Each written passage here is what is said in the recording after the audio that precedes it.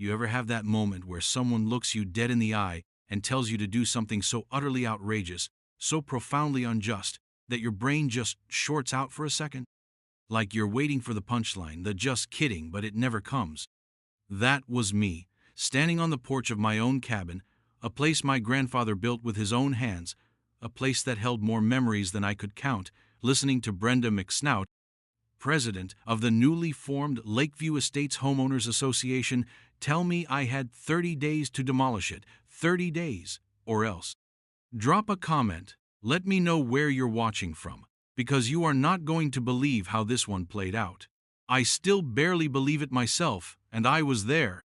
This story, well, it's proof that sometimes the little guy with a bit of specialized knowledge and a whole lot of righteous anger can move mountains, or, in this case, an entire neighborhood. My cabin wasn't just a structure, it was a legacy.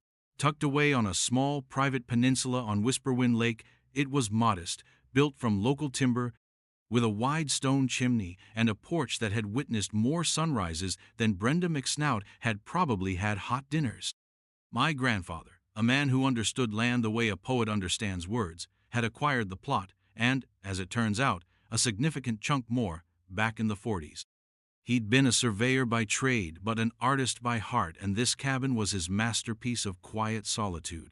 I'd spent every summer of my childhood there, learning to fish, skip stones, and identify constellations, far from the hum of the city. After he passed, it became my sanctuary, a place to recharge, to think. I'm an engineer, you see, a problem solver by profession, and the quiet clarity I found at the lake was essential to my work and my well-being. I'd meticulously maintained it, respecting its history, ensuring it was sound and secure, a perfect blend of rustic charm and quiet dignity. It was, by no stretch of the imagination, an eyesore. Unless, of course, your eyes were offended by anything that didn't scream new money and beige conformity. The Lakeview Estates development had sprung up about 10 years ago, on the far side of a small inlet from my peninsula. It was a collection of those oversized cookie-cutter houses that all look vaguely surprised, crammed onto lots barely big enough for their own shadows. I hadn't paid them much mind. My land was, I thought, clearly distinct, separated by water and a thick stand of old-growth pines my grandfather had intentionally left as a natural barrier. The first I heard of any homeowners association was a garishly printed flyer stuck to my mailbox, announcing their formation and a list of community standards that seemed more suited to a suburban cul-de-sac than a lakeside community. I'd tossed it, figuring it didn't apply to me. My property wasn't part of their development, or so I thought. Brenda McSnout arrived about a week after the flyer. She rolled up my long gravel driveway in a pristine white SUV that looked like it had never seen a speck of mud, its engine a barely suppressed growl that seemed to mirror her own demeanor. She was a woman of a certain age, immaculately coiffed, dressed in what I can only describe as aggressively expensive leisure wear, the kind designed to make you feel inadequate for wearing actual comfortable clothes. Her lips were pursed into a permanent expression of disapproval, and her eyes, magnified slightly by designer glasses, swept over my cabin with a look that a health inspector might give a condemned diner. "Mr. Jensen?" she'd announced, not asked, her voice carrying that sharp, grating tone of someone accustomed to being obeyed without question. "That's me," I'd replied, stepping onto the porch, wiping grease from my hands. I'd been working on the old water pump. "Can I help you?" "I am Brenda McSnout," she declared, as if announcing royalty, president of the Lakeview Estates Homeowners Association. She paused, clearly expecting some sort of deference. When none was forthcoming, she continued, "Your structure here," she gestured vaguely at my cabin with a dismissive flick of her wrist, her bracelets jangling like tiny, angry bells, "has become a matter of concern for the association." "Concern?" I asked, my eyebrows starting to climb. What sort of concern? This was, after all, private property, well outside her ostensible jurisdiction. "It's an eyesore, frankly," she said, her nose wrinkling as if she'd smelled something unpleasant. "And more importantly, it's obstructing the community's designated access to the lake. The previous owner of your lot had an informal agreement, you see." This was news to me. My grandfather was not a man for informal agreements that compromised his land. I kept my voice even. My grandfather owned this land for over 70 years. He built this cabin himself. There's no community access here. This is private property. The public boat launch is 2 miles down the shore. Brenda let out a sigh that was pure theatrical impatience. Look, Mr. Jensen, Lakeview Estates is an exclusive community. We have certain standards. And we have plans for a community dock and recreation area. Your cabin is in the way. It's also not up to code, I'm sure. She gave it another disdainful scan. It's an unpermitted structure, most likely. Every word was a little needle. Unpermitted? My grandfather was a licensed surveyor who practically wrote the book on local building practices. Eyesore? This cabin had more soul than all of Lakeview Estates combined. I felt that slow burn starting in my chest, the one that always preceded either a very long night of problem-solving or a very direct confrontation. Mrs. McSnout, I said, my voice dangerously calm, this cabin is perfectly sound, fully permitted, and has been here longer than any house in your development. There is no public or community easement on this land. I suggest you check your facts and your plat maps. She actually scoffed. Our lawyers have reviewed everything. The original plat for Lakeview Estates clearly shows a utility and access easement running right through here. She pointed vaguely towards my small sandy beach. It's for the betterment of the entire community. Your grandfather was likely grandfathered in, so to speak. But that courtesy does not extend to subsequent owners who allow the property to fall into disrepair and become an impediment to community development. Disrepair? I just reshingled the roof last fall and replaced 2 windows the spring before. There is no disrepair, I stated flatly. That's a matter of opinion, she sniffed, and our opinion, as the HOA representing the collective homeowners, is that this structure needs to go. It's impacting property values. It's unsightly. It's preventing rightful access. She then produced a crisply folded letter from her expensive handbag. This is a formal notification from the Lakeview Estates HOA. You have 30 days to demolish the structure and clear the area. Failure to comply will result in the HOA taking action to remove it, and you will be billed for all associated costs, plus significant daily fines. I took the letter, my hand surprisingly steady. The sheer, unmitigated gall of it was breathtaking. Demolish my grandfather's cabin, my cabin, so her little club could have a shortcut to the water. I unfolded it. It was all there, in officious, threatening language, citing bylaws I'd never agreed to, easements that didn't exist on my deeds, and codes that didn't apply. It was signed by Brenda McSnout, president, and 2 other names I didn't recognize, probably her board cronies, the enablers. I looked up at her, her face a mask of smug certainty. She genuinely believed she held all the cards. She thought I was just some weekend hobbyist she could bully into submission. She had no idea who she was dealing with, or more importantly, what my grandfather had meticulously put in place decades ago. The initial shock was wearing off, replaced by a cold, hard resolve. This wasn't just an attack on my property, it was an attack on my family's history, on common decency. Mrs. McSnout, I said slowly, carefully folding the letter and tucking it into my pocket. You are severely mistaken, and I think you're going to regret this. Her smile was thin and unpleasant. I doubt that, Mr. Jensen. The HOA always gets what it wants. We have very good lawyers. 30 days. She turned, her ridiculous SUV kicking up gravel as she reversed, a parting shot of dust and arrogance. I stood there for a long time, the quiet of the lake settling around me, a stark contrast to the storm brewing inside. 30 days. She'd given me 30 days. She had no idea what I could find out in 30 hours, let alone 30 days. My grandfather didn't just build cabins, he built legacies, and he documented everything. And I, his grandson, the engineer, was about to excavate one of those legacies. This wasn't just about saving my cabin anymore. This was about dismantling Brenda McSnout's little empire of entitlement. The game, as they say, was on. The first thing I did after Brenda McSnout's grand departure was to make a pot of strong coffee and pull out my grandfather's old files. He wasn't just a surveyor. He was a cartographer of his own domain, a meticulous archivist of every deed, every survey, every permit, every letter related to his properties. His filing system was a thing of beauty, a testament to an orderly mind. I knew the original deed to my cabin's plot was in there, along with the surveys he'd conducted himself. What I was looking for initially was concrete proof to refute Brenda's claim of an easement. I found my deed easily enough, a clear, unambiguous document showing the boundaries of my peninsula, with no mention of any HOA easements or rights of way. The surveys were even more detailed, showing elevation lines, riparian boundaries, and notes in his familiar, precise script. There was nothing, absolutely nothing, to support Brenda's assertion. Her lawyers, if they even existed or had bothered to look, were either incompetent or liars. My money was on a combination of both, heavily influenced by Brenda's overbearing certainty. But as I pored over the maps, something else began to nag at me. My grandfather had a particular way of cross-referencing. A note on my peninsula's survey mentioned a larger parcel, Tract B, Whisperwind Holdings, with an adjoining file number.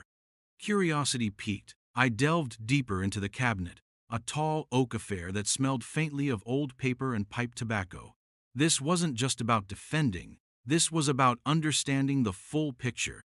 Brenda's aggression had unlocked a part of my brain that loved complex problems, the part that thrived on untangling knots. I found the file for Tract B.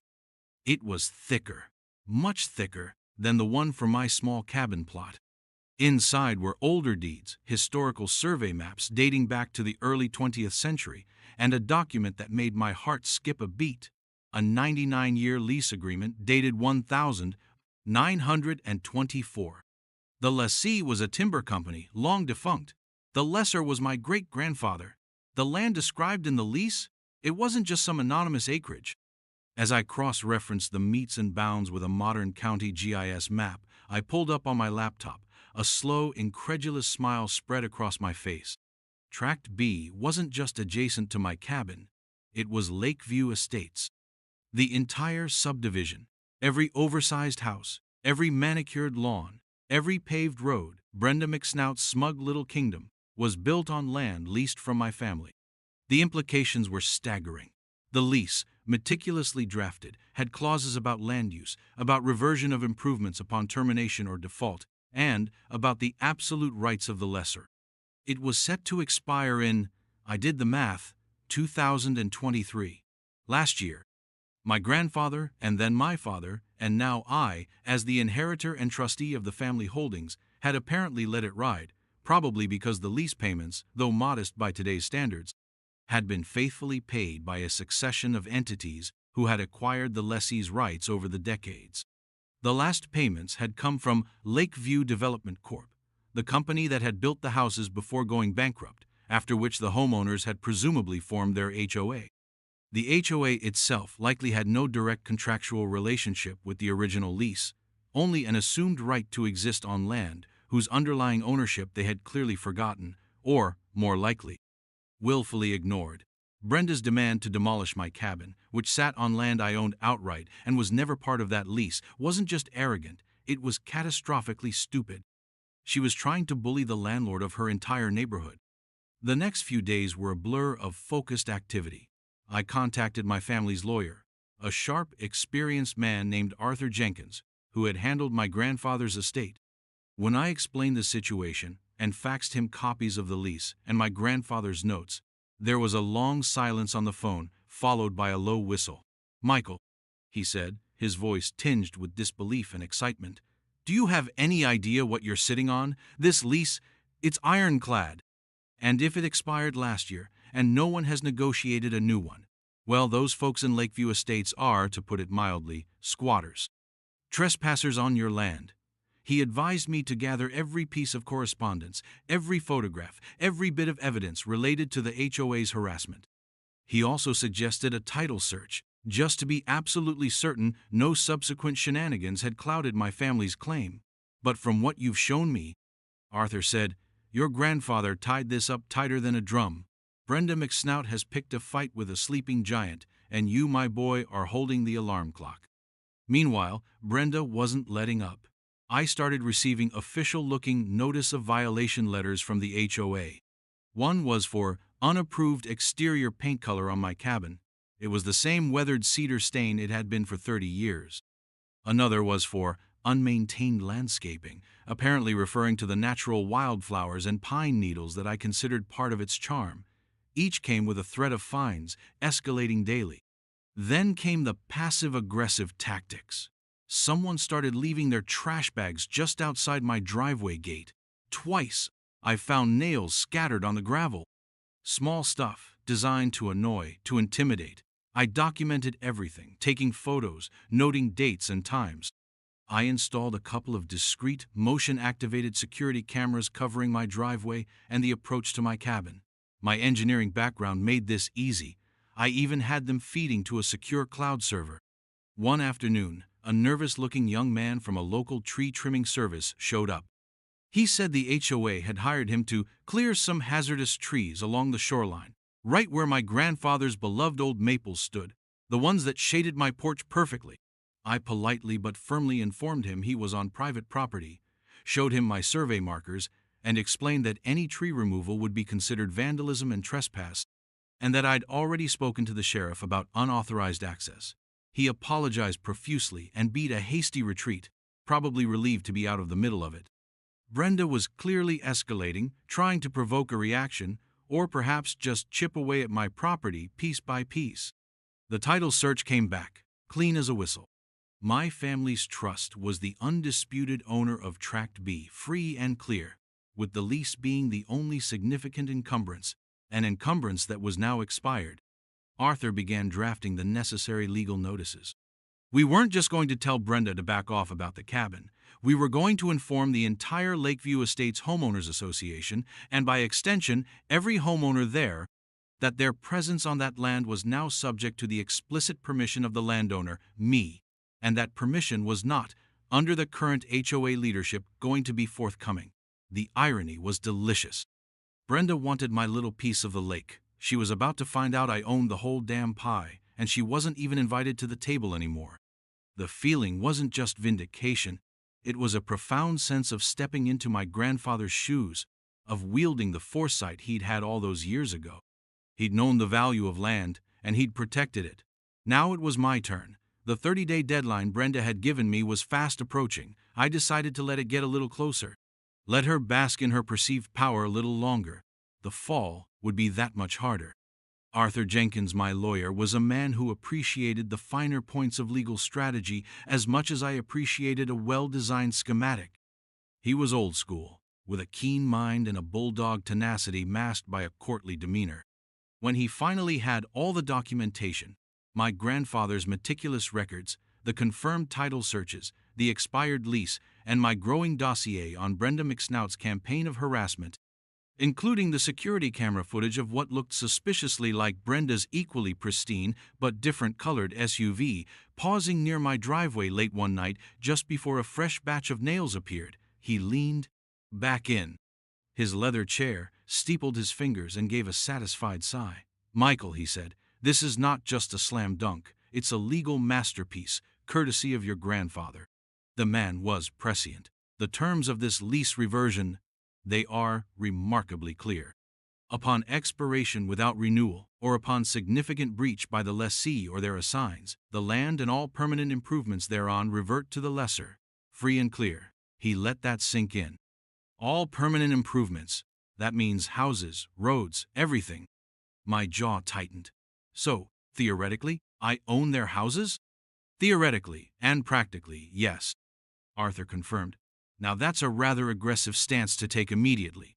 What we are indisputably entitled to do is inform them that the lease under which their development exists has expired, that they are currently occupying the land without a valid agreement, and that continued occupation will require a new arrangement with you, the landowner, or they vacate. He paused. Given the behavior of this president, I suspect a polite letter might not be sufficient to convey the gravity of the situation. Brenda, true to form, made our next move for us. About a week before her arbitrary 30-day demolition deadline for my cabin was set to expire, I received a certified letter. It wasn't just from the HOA, it was from a law firm I vaguely recognized as one of those aggressive ambulance chaser types, but for HOA disputes. The letter was a formal cease and desist regarding my unpermitted structure and obstruction of community property, and it informed me that if the cabin was not demolished by the deadline, the HOA had obtained a court order, or so they claimed, to enter my property and remove it themselves. They even attached a ridiculously inflated quote from a demolition company. The sheer audacity was breathtaking. They were threatening to destroy my home based on a foundation of lies and manufactured authority. "Arthur," I said over the phone, my voice tight with controlled anger, "they're claiming they have a court order. Can they even get one that fast, ex parte, without me being served or notified of a hearing?" Arthur chuckled dryly. "Highly unlikely for something like this, Michael. Especially given the property lines. It's a bluff, a very aggressive one. They're trying to scare you into compliance. Or perhaps Brenda has managed to bamboozle some underpaid magistrate's clerk with a doctored plat map. We need to verify if any such order actually exists. But more importantly, this is the overreach we needed. This isn't just harassment anymore. This is a documented threat of destruction of private property under false pretenses by an entity that is itself trespassing." He was right. Brenda's hubris was her undoing. She was so convinced of her own power, so dismissive of me, that she'd pushed too far. My resolve hardened. This wasn't just about protecting my cabin anymore, or even about asserting my ownership of the larger tract. This was about accountability. This was about dismantling a corrupt and abusive power structure that Brenda had built. I asked Arthur about the nuclear option. Not just negotiating new leases, but actually exercising my right to reclaim the land and its improvements due to the expired lease and their hostile actions. Arthur was cautious. "It's a drastic step, Michael. Evicting an entire neighborhood. The optics could be challenging, though legally, you're on solid ground. It would certainly send a message. We could, of course, offer them the option to purchase their lots from you at fair market value or enter into new individual lease agreements. That would be the more conventional route, but if they, or specifically this HOA, continue to act as belligerents after being informed of the true ownership situation, Brenda McSnout will never back down," I said. "She'll fight, she'll lie, she'll try to rally the homeowners with some sob story about the big bad landlord. She won't see reason until reason is the only thing left standing over the wreckage of her little fiefdom." I thought about the other homeowners. Were they all like Brenda? Probably not. But the HOA board, the enablers who signed those threatening letters, they were complicit. And any resident who stood by and let Brenda run roughshod over common decency and the law, they bore some responsibility too. Let's prepare for all contingencies, Arthur. But I want the option to remove the entire HOA structure. If they want to live there, it will be on my terms, fair terms, without Brenda McSnout and her cronies anywhere in sight." Arthur got to work. He first verified, as expected, that no legitimate court order for demolition existed. The HOA's lawyers had either been duped by Brenda or were complicit in the bluff. He then drafted a comprehensive package of documents. A formal notice of lease expiration to the Lakeview Estates Homeowners Association and to each individual homeowner. A clear statement of my family's ownership of Tract B. Copies of the original lease agreement with the reversion clause highlighted, and a demand that the HOA immediately cease and desist all harassment and threats against me and my property. The package also included an offer. The HOA could be dissolved, and individual homeowners could then approach me to negotiate either the purchase of their specific lot at a fair appraised value, minus the value of the raw land they were already on, of course, focusing on the structure itself, or a new, fair, long-term ground lease directly with me. There was a strict deadline for a collective response from the homeowners, indicating their willingness to proceed with this constructive path. Failure to respond affirmatively, or any further hostile action from the HOA, would result in formal eviction proceedings against the entire development. We decided the best way to deliver this bombshell was at the next HOA meeting. Brenda had, according to a discreetly placed notice on their community bulletin board, which I could just see with binoculars from my cabin's attic window, scheduled an emergency session to discuss action regarding the non-compliant property at 1 Lakeridge Peninsula, my cabin. The date was just 2 days before her demolition deadline. Perfect. She was planning her triumph. She had no idea she was arranging her own public execution. I felt a grim satisfaction. She'd wanted a fight. She was about to get a war, but it was a war she'd already lost before the first shot was truly fired, thanks to my grandfather's foresight 70 years prior. The quiet engineer was about to make a very loud noise. The storm wasn't just gathering, it was about to break. The evening of the emergency session arrived with a crisp autumn chill in the air, the kind that makes you glad for a warm fire, or in this case, the simmering heat of impending justice. The Lakeview Estates Community Clubhouse, a fairly new building with too much beige siding and an oversized portico, was brightly lit. Cars, mostly expensive SUVs and sedans like Brenda's, filled the parking lot. I'd dressed simply in a clean work shirt and jeans, a deliberate contrast to the expected attire of the HOA hierarchy. Arthur, looking distinguished in a dark suit, met me at the entrance. He carried a worn leather briefcase that practically hummed with the weight of the documents inside. "Ready, Michael?" he asked, a slight, almost imperceptible smile playing on his lips. "Showtime," I replied, feeling a strange calm. The months of frustration, the anger, the meticulous planning, it had all led to this. We walked into a room buzzing with a mixture of anticipation and irritation. About 50 or 60 homeowners were present, a mix of older couples and younger families. Brenda McSnout was at a podium at the front, flanked by two other individuals I recognized from the threatening letters, a stern-looking woman with a severe haircut, probably the secretary, and a portly, balding man who looked permanently uncomfortable, likely the treasurer. Brenda was in her element, basking in the attention, her voice amplified by a microphone, already laying out her version of events. And so, despite our repeated good-faith efforts to resolve this issue amicably, she was saying, her tone dripping with false sincerity, "Mr. Jensen has remained stubbornly non-compliant, refusing to acknowledge the community's rights or the dangerous and unsightly nature of his dilapidated structure." A few heads nodded in agreement, mostly in the front rows, from rows de four, to heads nodded in agreement, where her staunchest supporters were undoubtedly seated. She hadn't seen us enter.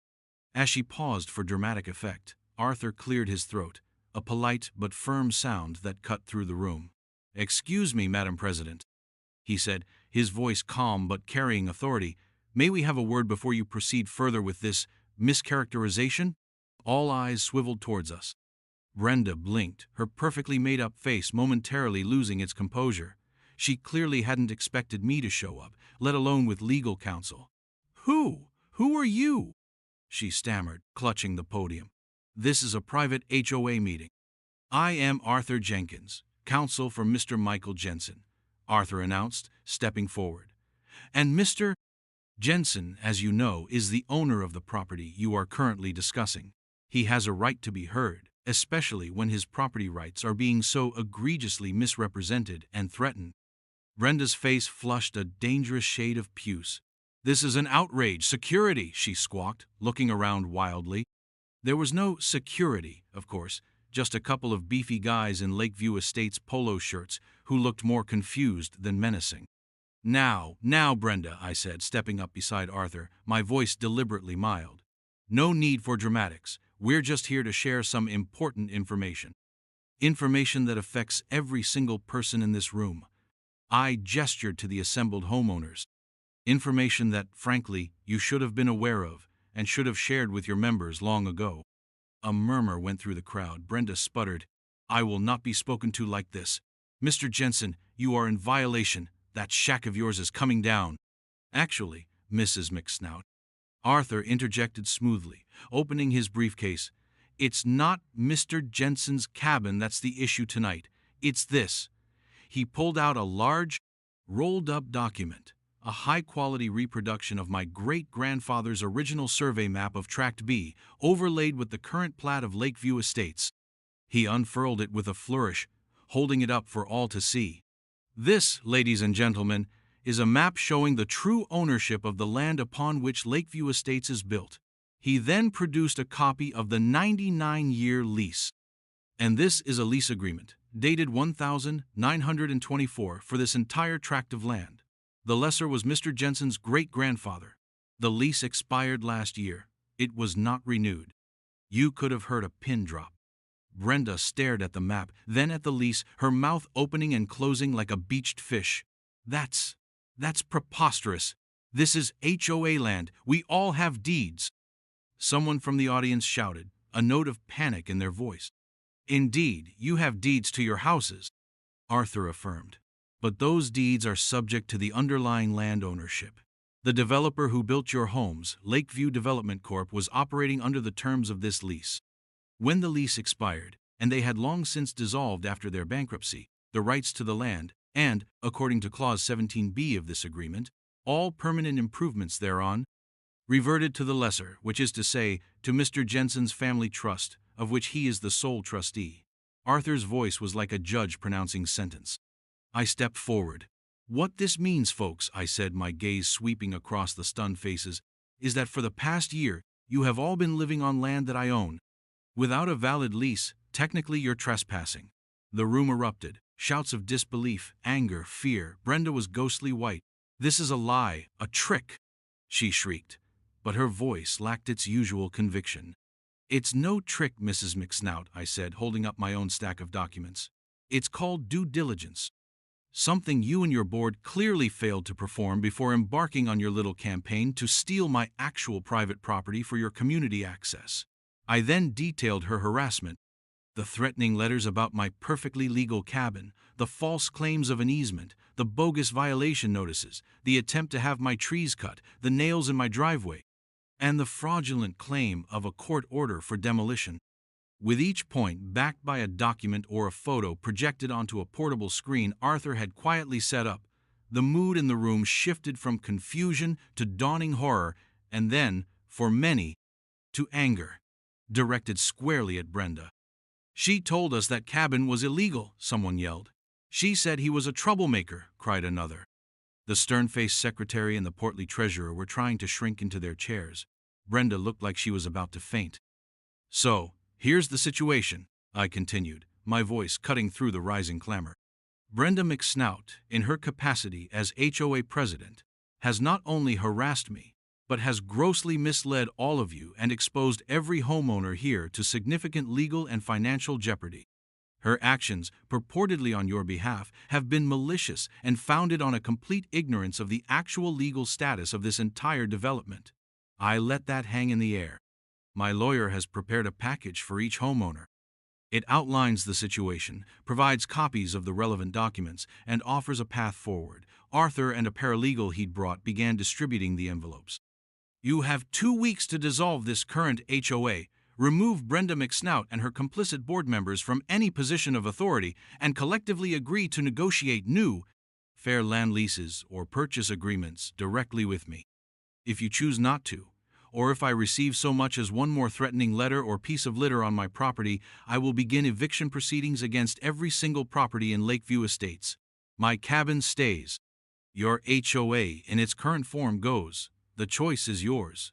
The silence that followed was absolute, broken only by the rustle of envelopes being opened. Brenda McSnout simply stared, her reign of suburban terror crumbling around her in real time. The look on her face? That was worth more than any Lakeview. The aftermath of that HOA meeting was, to put it mildly, biblical in its swiftness and fury, at least for Brenda McSnout and her cronies. The homeowners, armed with undeniable proof of their precarious situation and Brenda's malfeasance, turned on her with a vengeance. I heard later that the meeting descended into chaos after Arthur and I departed, leaving them to digest the bombshell. Shouting matches, accusations, demands for immediate resignations, it was apparently quite the spectacle. Brenda's carefully constructed facade of authority shattered into a million pieces. Her enablers on the board, the severe secretary and the perspiring treasurer, reportedly tried to deflect blame, but the evidence was too damning.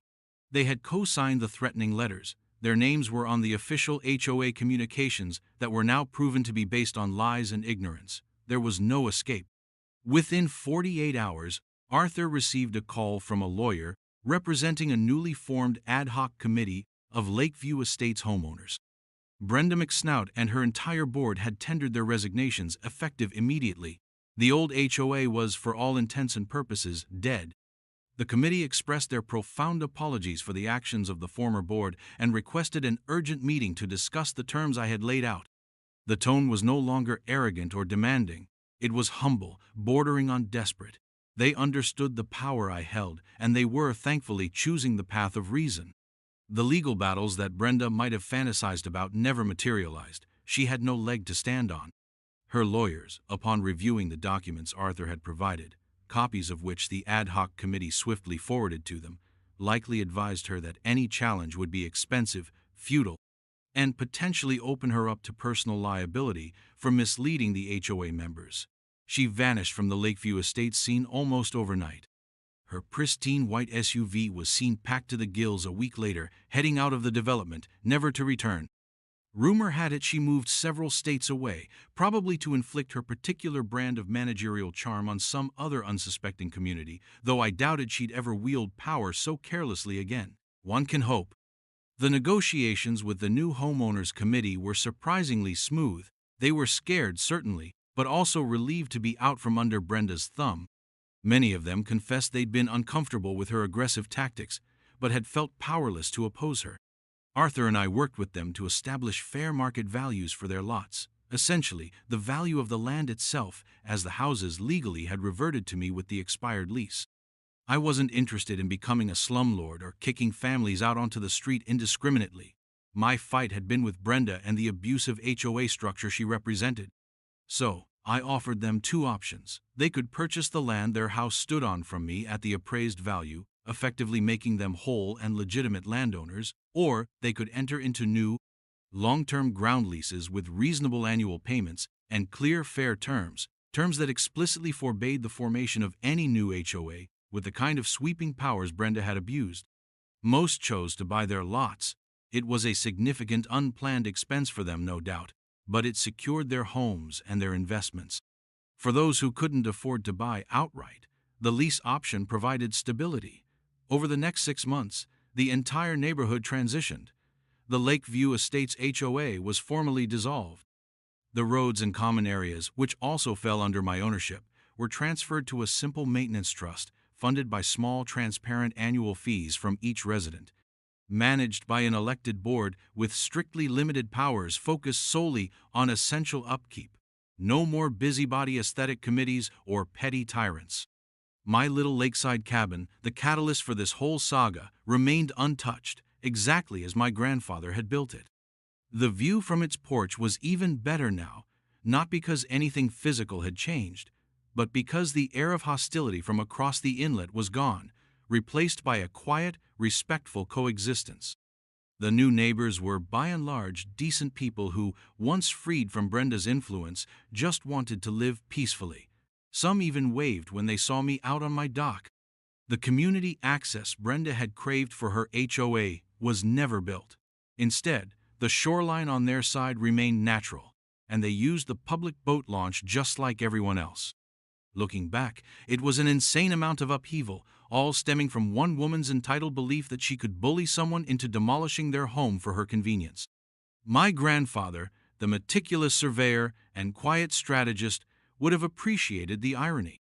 His careful planning, his dusty old records, had reached across decades to deliver a profound lesson in consequences. I didn't set out to own a neighborhood or to dismantle an HOA. I just wanted to save my cabin, my sanctuary. But Brenda McSnout, in her arrogance, forced my hand, and in doing so she inadvertently handed me the keys to her entire kingdom. She underestimated the quiet engineer, the grandson of the man who knew the land. She learned, the hard way, that you should always check who actually owns the ground beneath your feet before you start making demands. And that, folks, is how I accidentally became the landlord of an entire subdivision just to protect a little piece of lakeside history. Crazy, right? Let me know your thoughts in the comments. Ever had an HOA story even half as wild as this one? Thanks for tuning in.